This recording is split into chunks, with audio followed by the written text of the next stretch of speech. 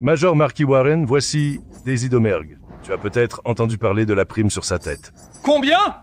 10 000 $. Va te faire voir. Qu'est-ce qu'elle a fait? Elle a tué Lily Langtry.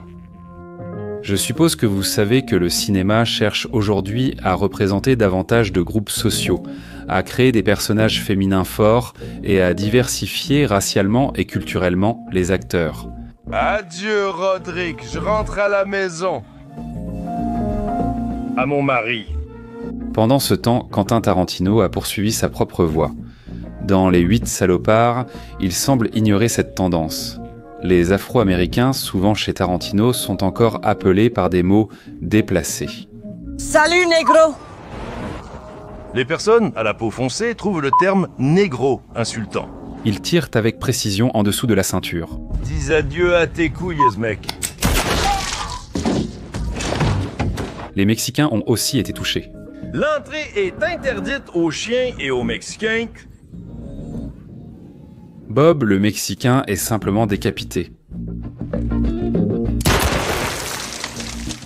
Et il n'y a plus de Seigneur Bob. Mais ce sont surtout les femmes qui en prennent le plus ici.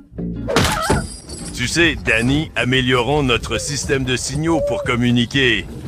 Tout au long du trajet, Daisy Domergue subit humiliation et violence. Alors, comment tu trouves ce bourdonnement dans tes oreilles, sale bête? C'est un son agréable, hein? On lui verse de la nourriture chaude. C'est incroyable! On lui casse les dents. Et à la fin, ils exécutent la sentence de la manière la plus cruelle possible. Sous les rires complices des hommes. C'était une excellente danse. Et pour certains, surtout pour les féministes, cela a été la goutte d'eau qui a fait déborder le vase. Est-ce que Tarantino, qui savait d'habitude trouver l'équilibre entre la violence et l'ironie, a soudainement franchi la limite du permis et sombré dans une banalité misogyne? Aujourd'hui, nous allons voir si les accusations contre l'auteur sont fondées, quelle était l'intention du réalisateur et pourquoi Tarantino voulait cette fin. Nous évoquerons l'incident où Kurt Russell a accidentellement cassé une guitare rare sur le tournage. Allez, donne-moi la guitare. La musique est terminée. Quoi? Attends! Si vous pensez tout savoir sur cette histoire, je suis sûr que je peux vous apprendre quelque chose de nouveau. Et en même temps, je partagerai ma propre hypothèse sur cet incident.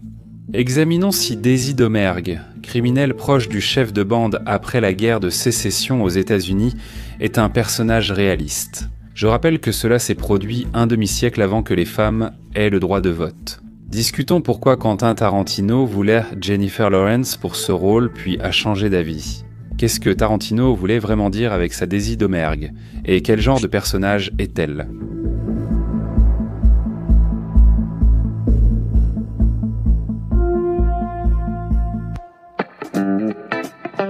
Quentin Tarantino est sans aucun doute l'un des réalisateurs les plus cultes de notre époque. Son style est reconnaissable dès la première image. Ses films sont cités et déclinés en mèmes. Mais en même temps que l'amour populaire pour son œuvre, il reçoit aussi de nombreuses critiques. Le plus souvent, on lui reproche des emprunts excessifs, frôlant le plagiat, un usage abusif d'insultes raciales et, bien sûr, une violence excessive. Merde, ça... Cependant, avec la sortie des 8 salopards, une autre accusation s'est ajoutée à cette liste, la misogynie. Et tout cela à cause d'un seul personnage, Daisy Domergue. Qui est cette Daisy Domergue? Personne pour tout le monde, sauf pour moi et les potences de Red Rock. Tout au long du film, elle est battue, humiliée, insultée, aspergée de soupe, on lui casse les dents. Et la fin se transforme carrément en une exécution caricaturale, accompagnée de rires et de moqueries. Il faut pendre seulement les pires, mais il faut absolument pendre les pires. La critique de cinéma Laura Bogor écrit clairement, même en tenant compte du style de Tarantino, la violence envers Daisy ne ressemble pas à une technique artistique, mais plutôt à un plaisir pris dans l'humiliation d'une femme. La maison d'édition Killscreen a même qualifié le film de chef-d'œuvre de misogynie. Alors finalement, Tarantino a-t-il franchi la ligne ou n'avons-nous pas compris son intention? Essayons de clarifier cela. Nous avons déjà examiné les arguments de l'accusation. On peut y ajouter un autre détail important. Tarantino ne nous montre jamais ce que Daisy a réellement fait. Qu'a-t-elle fait? A-t-elle tué Lily Longtree? Pas exactement. Si elle méritait vraiment un traitement aussi cruel, il ne serait pas inutile de voir non seulement la déclaration de John Root, mais aussi au moins un court flashback. Peut-être est-elle vraiment un monstre, mais tout cela demeure hors champ. Mais passons enfin aux arguments de la défense. Pour info, je soutiens le féminisme. Commençons par le début. Discutons de la représentation des personnages féminins forts dans le cinéma moderne. Parfois, les scénaristes et les réalisateurs s'en sortent vraiment brillamment, créant des héroïnes vivantes et complexes avec leurs propres motivations, faiblesses et conflits intérieurs. Les Lannister perdent toujours leurs dettes, ainsi que les anciens esclaves, les Dothrakis ou les dragons. Véritable fille de son père.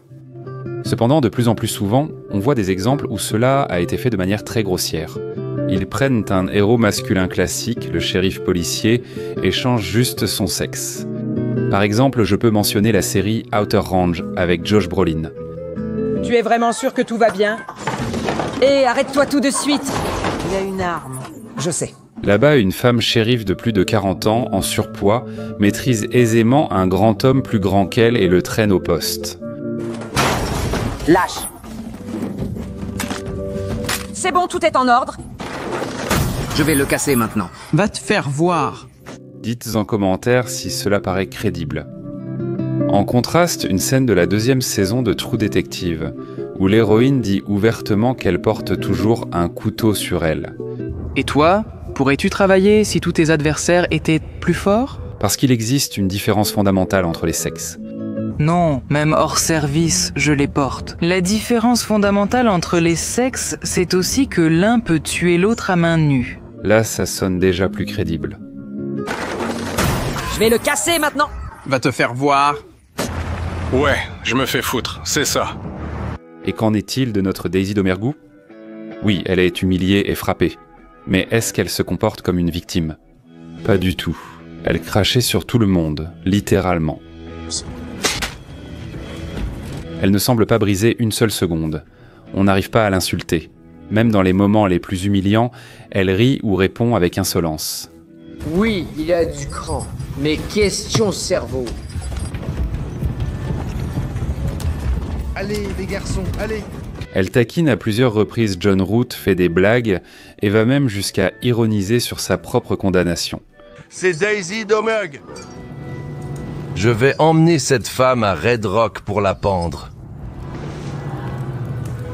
En plus, regardez qui vient pour elle. Toute la bande risque sa vie pour la sauver. Tous tentaient de me sauver. Au début, on dirait que c'est juste parce qu'elle est la sœur de Jody Domergue, le chef. Le gars que vous venez de tuer, c'était mon frère. Mais même après sa mort, leur attitude ne change pas.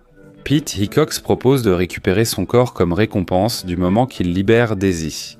Si je meurs dans les 2 prochains jours, ce qui est fort probable, tu pourras me prendre. Grouch Douglas lui présente ses condoléances. Je compatis, ma chère. Et Daisy elle-même déclare sans hésiter qu'elle est maintenant la chef et personne ne proteste. Maintenant que mon frère n'est plus là, c'est moi qui les dirige, n'est-ce pas? C'est vrai, Daisy. Oh oui. Elle élabore un plan. Tu n'as encore rien fait d'impardonnable, et je te propose un marché. Elle prend l'initiative et personne ne conteste. C'est vrai, Daisy. Oh oui. Si ce n'est pas un personnage féminin fort, qui l'est. De plus, je trouve qu'il est absurde d'accuser Quentin Tarantino de misogynie. Après tout, c'est lui qui a offert au monde le personnage de Béatrix Kiddo dans Kill Bill.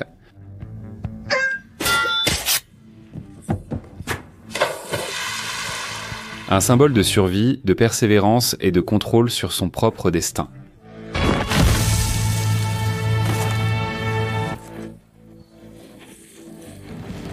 Jackie Brown est une femme mûre, intelligente et calculatrice qui surpasse tous les hommes autour d'elle sans recourir ni à la violence ni à la sexualité.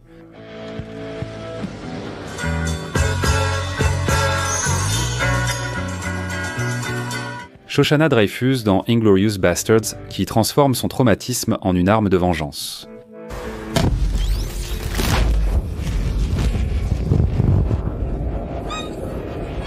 Dans Boulevard de la Mort, 3 femmes ne se contentent pas de repousser le tueur, elles traquent le prédateur.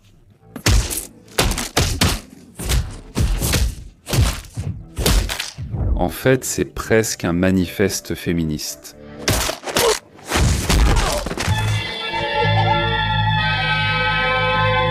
Dans Les 8 salopards, la violence imprègne tout, planant sur les personnages comme un voile de nuit, selon Tarantino. Chacun est prêt à tuer pour survivre ou en profiter. Et le réalisateur ne fait délibérément aucune exception pour la femme. Dans une interview, il affirme « Pour Seth, la violence est inévitable, et pour une, car c'est une femme, il faudrait la présenter autrement. » Je ne ferai pas ça. Tarantino montre qu'en société dure, la chevalerie disparaît et l'égalité des sexes s'applique même dans la cruauté. Et Daisy Domergue n'est en réalité pas non plus une victime ici. Oui, le film ne montre pas directement ses crimes, mais il y a des détails qui en disent long. Par exemple, la scène où le Major Warren tue soudainement le général.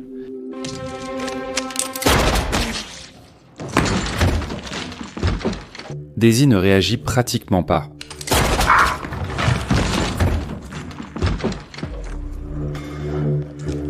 Pas la moindre peur, ni la moindre surprise. Comme si quelqu'un avait simplement fait tomber une assiette. Une telle indifférence envers la mort révèle beaucoup. Pour cette personne, la violence n'est qu'un décor. Elle n'est pas simplement habituée au meurtre. Elle s'y sent comme un poisson dans l'eau. Quand il faut agir, elle, sans ciller, coupe la main de John Ruth. Chris Mannix, si tu n'es pas encore mort, réveille-toi, bordel. Même lorsque devant elle, on enlève la vie à son frère. C'est quoi ce bordel? Il était déjà en train de se rendre. Elle se ressaisit immédiatement et élabore un plan. Quand le soleil se lèvera, 15 personnes viendront nous sortir. Dis-leur, Grouch. 15 gardes Jody. Alors que beaucoup, à sa place, seraient simplement restés stupéfaits, en état de choc ou seraient redevenus fous de chagrin. Daisy contrôle la situation de manière invisible dès le début, analyse et manipule, sème la discorde entre le Major et John Root.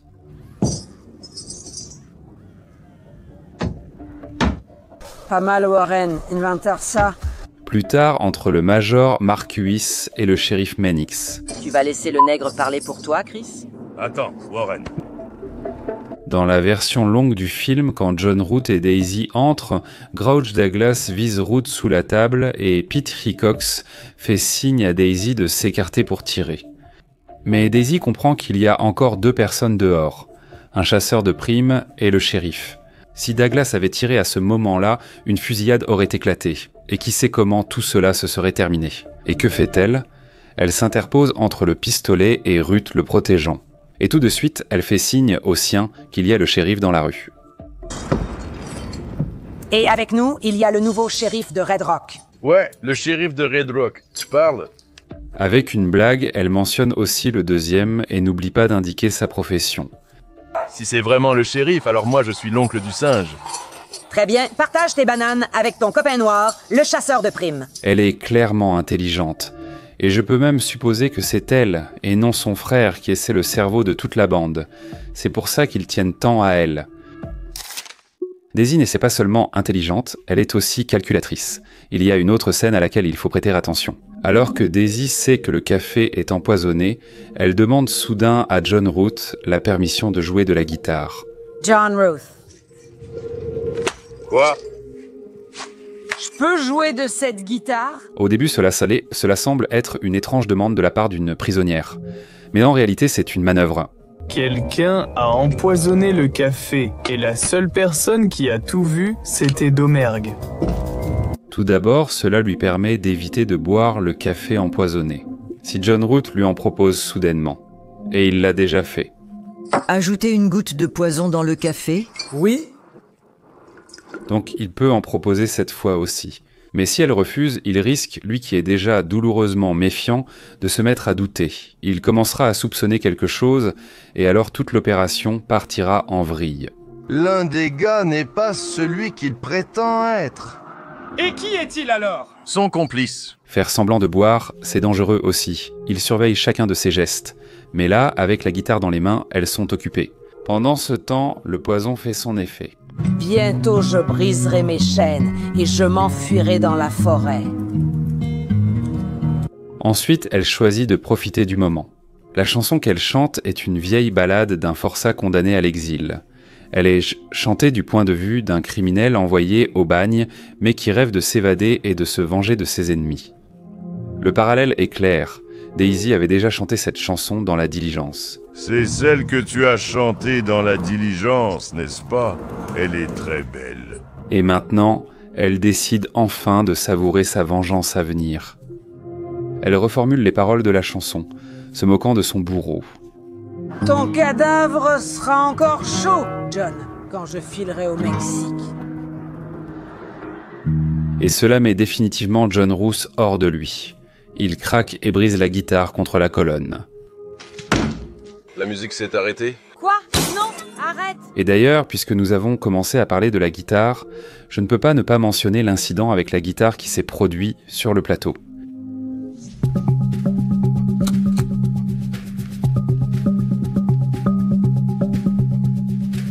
Si vous vous êtes un peu intéressé au film, vous connaissez sûrement l'incident qui s'est produit sur le plateau. Pour le tournage, ils ont utilisé une guitare CF Martin et compagnie du 19e siècle.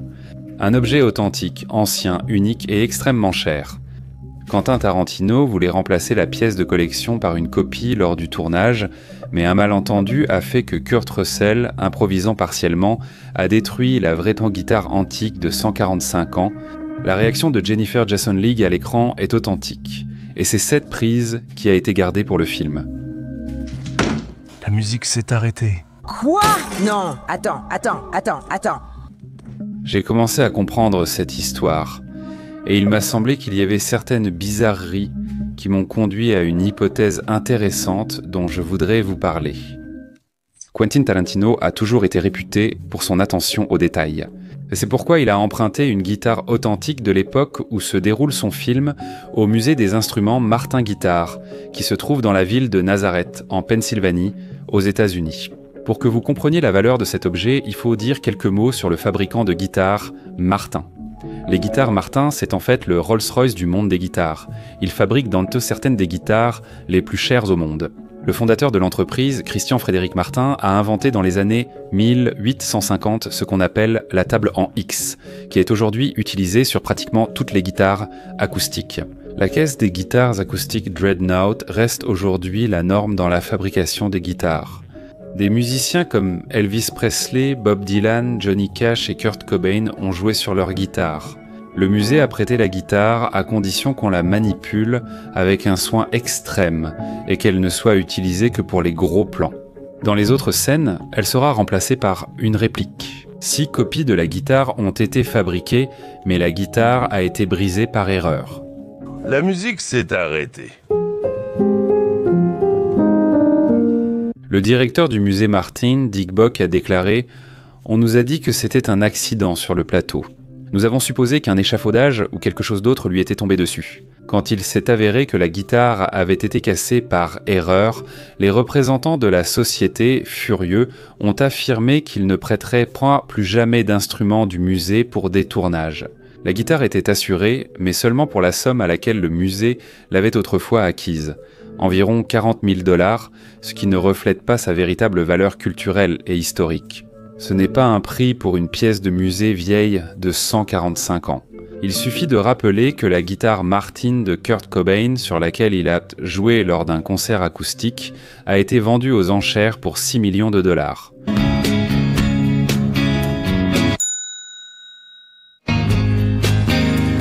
Oui, je l'admets, bien sûr, le prix est avant tout dû au fait qu'il s'agit de la guitare de Kurt Cobain. C'est pourquoi le prix atteint 6 millions. Mais tout de même, un prix de 40 000 pour une guitare du 19e siècle, ce n'est pas sérieux. Je pense que beaucoup de collectionneurs et de musiciens auraient payé bien plus pour un tel instrument. D'autant plus qu'il y a eu plusieurs cas de vente de guitares Martin du début du XXe siècle. Et là, le prix allait de 100 à 200 000 $. Revenons à l'incident lui-même. Qu'est-ce qui m'a intéressé dans cette histoire ? Il était prévu que Daisy joue sur l'instrument original jusqu'à un certain moment, après quoi le réalisateur dirait « stop » et l'original serait remplacé par une copie pour qu'elle soit détruite. Mais au moment voulu, le signal « stop » n'a pas été donné. Kurt Russell ignorait que c'était l'instrument original lors de cette prise. De plus, avant le début du tournage, Tarantino a personnellement donné à Kurt une consigne claire de ne pas s'arrêter. Russell a expliqué en interview avoir suivi strictement les consignes du réalisateur. Tarantino voulait que la scène continue sans interruption jusqu'à son signal, même si cela devait aller jusqu'à casser la guitare. Kurt Russell s'en souvenait. Jusqu'où dois-je aller? Joue jusqu'à ce que je dise stop. Si tu te tais, je casse la guitare. Oui, continue. Je vais risquer de supposer que tout cela n'était pas du tout un hasard. Je pense, même si ce n'est qu'une supposition non officiellement confirmée, que Tarantino a délibérément permis à Kurt de casser l'instrument. Voici pourquoi. Tarantino, connu pour son souci du détail, savait sûrement que c'était un vrai instrument à l'écran. Deuxièmement, il est bon de rappeler que le film a été tourné sur pellicule. Et pas sur une pellicule ordinaire, mais sur une pellicule de 65 mm au format Ultra Panavision 70. Celle-là même qui a servi autrefois à filmer Ben-Hur et Lawrence d'Arabie. La pellicule coûtait une somme astronomique. Si l'on calcule par minute de tournage, chaque minute revenait à des milliers de dollars. Ajoutez la location de caméras rares, la restauration d'objectifs anciens et l'impression de copies pour une centaine de cinémas. Toute la partie liée à la pellicule a coûté au studio jusqu'à 10 millions de dollars, et cela en plus du budget du film lui-même. Ce n'était pas juste un caprice de Tarantino, c'était sa croisade pour la perfection visuelle. Et maintenant, réfléchissez-y. Si un homme dépense 10 millions rien que pour tourner avec la pellicule et la caméra qu'il veut, pensez-vous vraiment qu'il va s'inquiéter pour une guitare à 40 000 dollars ? En plus, Tarantino est un fanatique du cadrage. C'est le genre d'homme qui retourne des scènes si les éclaboussures de sang ne tombent pas joliment sur la neige. Et si un tel homme sent qu'il va obtenir une prise parfaite avec une réaction authentique de l'actrice, pensez-vous qu'il va dire « stop » et refaire la scène avec un accessoire au lieu de saisir la prise idéale sans montage? Je pense qu'il sacrifiera simplement l'instrument pour cela. Parce qu'une prise parfaite est plus importante qu'une pièce de musée. Une prise parfaite, c'est de l'art, et la guitare deviendra un sacrifice pour l'art. De plus, selon Mark Ulan, l'ingénieur du son ce jour-là, il a noté à cet instant un sourire satisfait sur le visage du réalisateur. Tarantino s'est réjoui d'avoir obtenu une réaction authentique à l'écran, même si cela a coûté la pièce de collection. En plus de cela, le film a bénéficié d'une bonne publicité grâce à la large couverture médiatique. Pour seulement 40 000 dollars, une somme dérisoire face au coût publicitaire d'un grand film hollywoodien, surtout que l'assurance a tout payé. En plus de tout cela, même si l'instrument n'a pas pu être restauré, il a été rendu au musée plus tard et exposé dans un état partiellement détruit. Et au final, le musée a obtenu une pièce avec sa propre histoire belle et largement connue.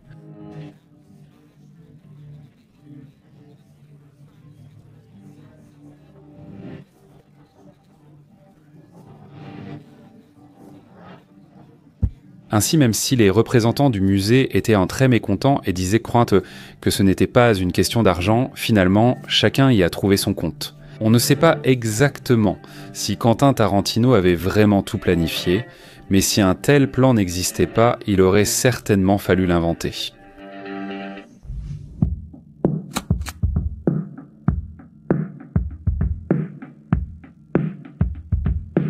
Nous avons déjà évoqué pourquoi la communauté féministe n'a pas aimé les 8 salopards. En réalité, il aurait pu y avoir bien plus de scandales à ce sujet. Parce qu'à l'origine, Quentin Tarantino envisageait sérieusement Jennifer Lawrence pour le rôle de Daisy Domergue. Lauréate d'un Oscar, à l'époque figure de proue de la nouvelle vague hollywoodienne et en plus féministe engagée, qui s'était déjà exprimée à plusieurs reprises sur l'égalité des femmes dans l'industrie. Là, le niveau de buzz aurait grimpé d'un cran au moins. Après tout, Jennifer Lawrence est déjà une experte des scandales qui font la une des journaux. Souvenez-vous du cas où, après le film Don't Look Up avec Leonardo DiCaprio, elle a affirmé avoir été victime de discrimination en tant que femme. Parce que Leonardo DiCaprio a reçu 30 millions de dollars pour son rôle, alors qu'elle n'a touché que 25 millions de dollars. Inutile de dire que beaucoup ont perçu cette déclaration de manière négative. Je me demande comment les 8 salopards auraient été perçus si c'était Lawrence qui avait joué la femme battue, humiliée tout au long du film, puis pendue à la fin. Un débat public aurait sans doute éclaté, mais par hasard ou malchance, c'est Jennifer Jason Leigh qui a été choisie pour le rôle. Principalement pour 2 raisons. Premièrement, l'emploi du temps de Lawrence était très chargé à l'époque et elle n'aurait probablement pas pu jouer. Deuxièmement, Tarantino a estimé que dans le rôle d'une criminelle endurcie, presque chef de gang, la jeune Jennifer, qui avait alors 24 ans, ne serait pas crédible. Le rôle de Daisy Domergue exigeait une actrice un peu plus âgée. Tarantino a étudié de nombreuses candidates, en privilégiant les actrices des années 90, période de ses débuts, et des grandes figures de sa génération. Parmi elles, c'est Jennifer Jason Leigh qui l'a le plus marqué. Tarantino s'est fait un festival de films de Jennifer Jason Leigh. Il a revu La part d'une autre, Georgia, Madame Parker et Le cercle vicieux, entre autres. Il se rappela combien elle était une star audacieuse du cinéma indépendant et décida que seule Jennifer pouvait donner vie à la folle Daisy. Le réalisateur ne s'est pas trompé. Leigh a vraiment brillamment réussi, ce qui lui a valu par la suite une nomination aux Oscars.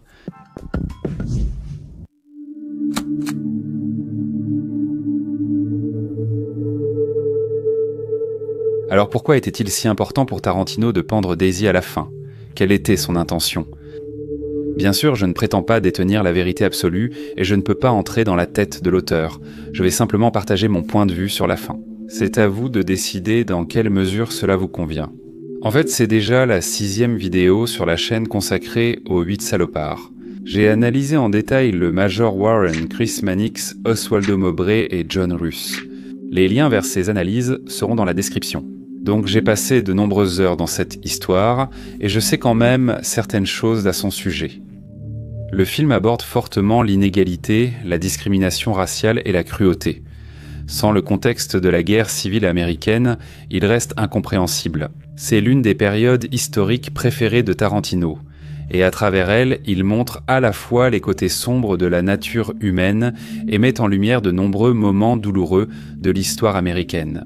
Le film est construit sur la confrontation dès le début. On y trouve ceux qui ont combattu pour la Confédération et ceux qui étaient du côté de l'Union.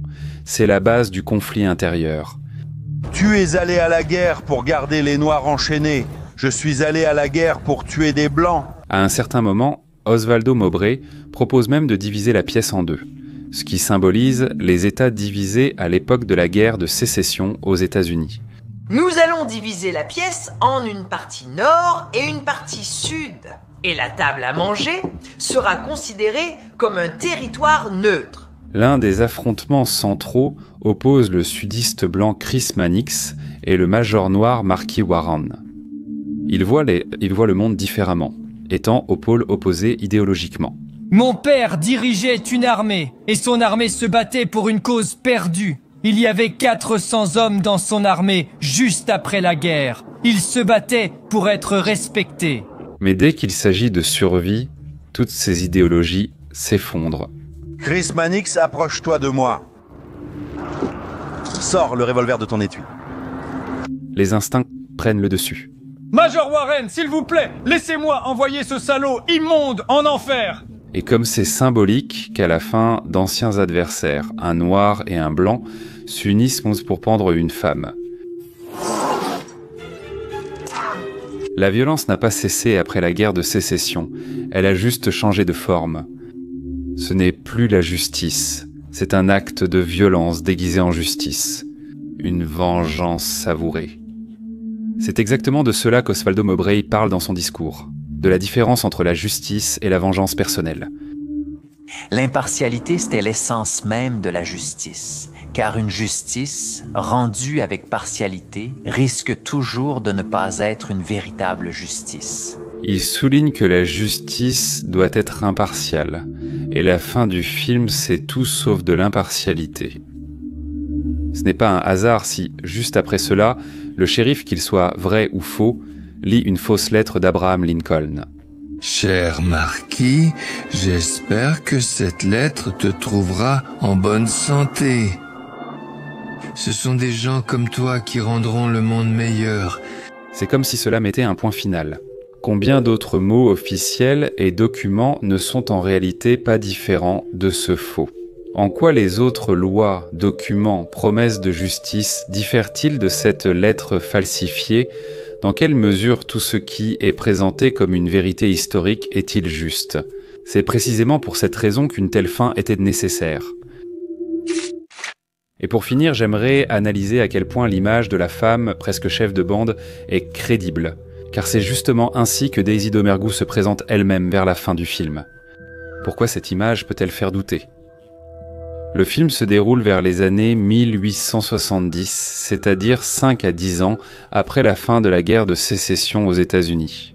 Officiellement, c'est déjà l'époque de la reconstruction, lorsque l'esclavage a été aboli et que la Constitution des États-Unis a reçu les 13e, 14e et 15e amendements. Mais si pour les anciens esclaves, c'était une période d'illusion de liberté, pour les femmes, rien n'avait changé du tout.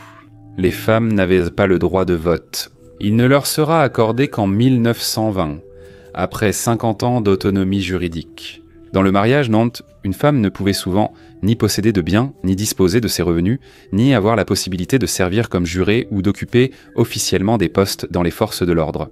Aucune protection n'existait contre la violence domestique. Frapper sa femme n'était souvent pas un crime, surtout sans témoin. Les femmes n'avaient pas le droit de faire de la politique ou de servir dans l'armée, même si certaines ont combattu durant la guerre civile, souvent déguisées en hommes. C'est pourquoi l'image d'une femme bandit à cette époque suscite des doutes. Néanmoins, l'histoire connaît de tels cas. La plus célèbre d'entre elles est Belle Starr, surnommée la reine des bandits. Originaire du Missouri, elle a vécu à peu près à la même époque que les héros des 8 salopards. Belle était amie avec le gang de Jesse James, que sa famille en connaissait. Mariée à un bandit, elle portait un pistolet, chevauchait et participait aux attaques. En 1889, peu après la mort de Belle Starr, l'éditeur du National Police Gazette, Richard C. Fox, publia un livre intitulé « Belle Starr, la reine des bandits », la femme de Jesse James. Ce livre est souvent pris pour une véritable biographie de la reine des bandits, bien que ce soit là qu'apparaisse pour la première fois ce surnom. Après la publication, l'image de Belle Starr devint vraiment populaire, celle d'une belle femme du Sud qui s'était engagée sur la voie du crime pour venger la mort de son frère, un valeureux officier de l'armée confédérée. On lui attribua de nombreuses aventures audacieuses. Bien sûr, certaines choses ont été inventées ou embellies, mais de telles femmes existaient, bien que très rares. Les 8 salopards est un film dont on peut tirer de nombreux sujets intéressants, et c'est déjà la 6e analyse consacrée à cette histoire. Mais honnêtement, je n'ai pas envie de m'arrêter là. Après tout, si le film s'appelle « Les 8 salopards », il devrait y avoir au moins 8 analyses. Si cette idée vous plaît et que vous voulez un autre épisode sur ce film, faites-le savoir par un commentaire, un like ou regardez simplement une des vidéos sur la page d'accueil de la chaîne.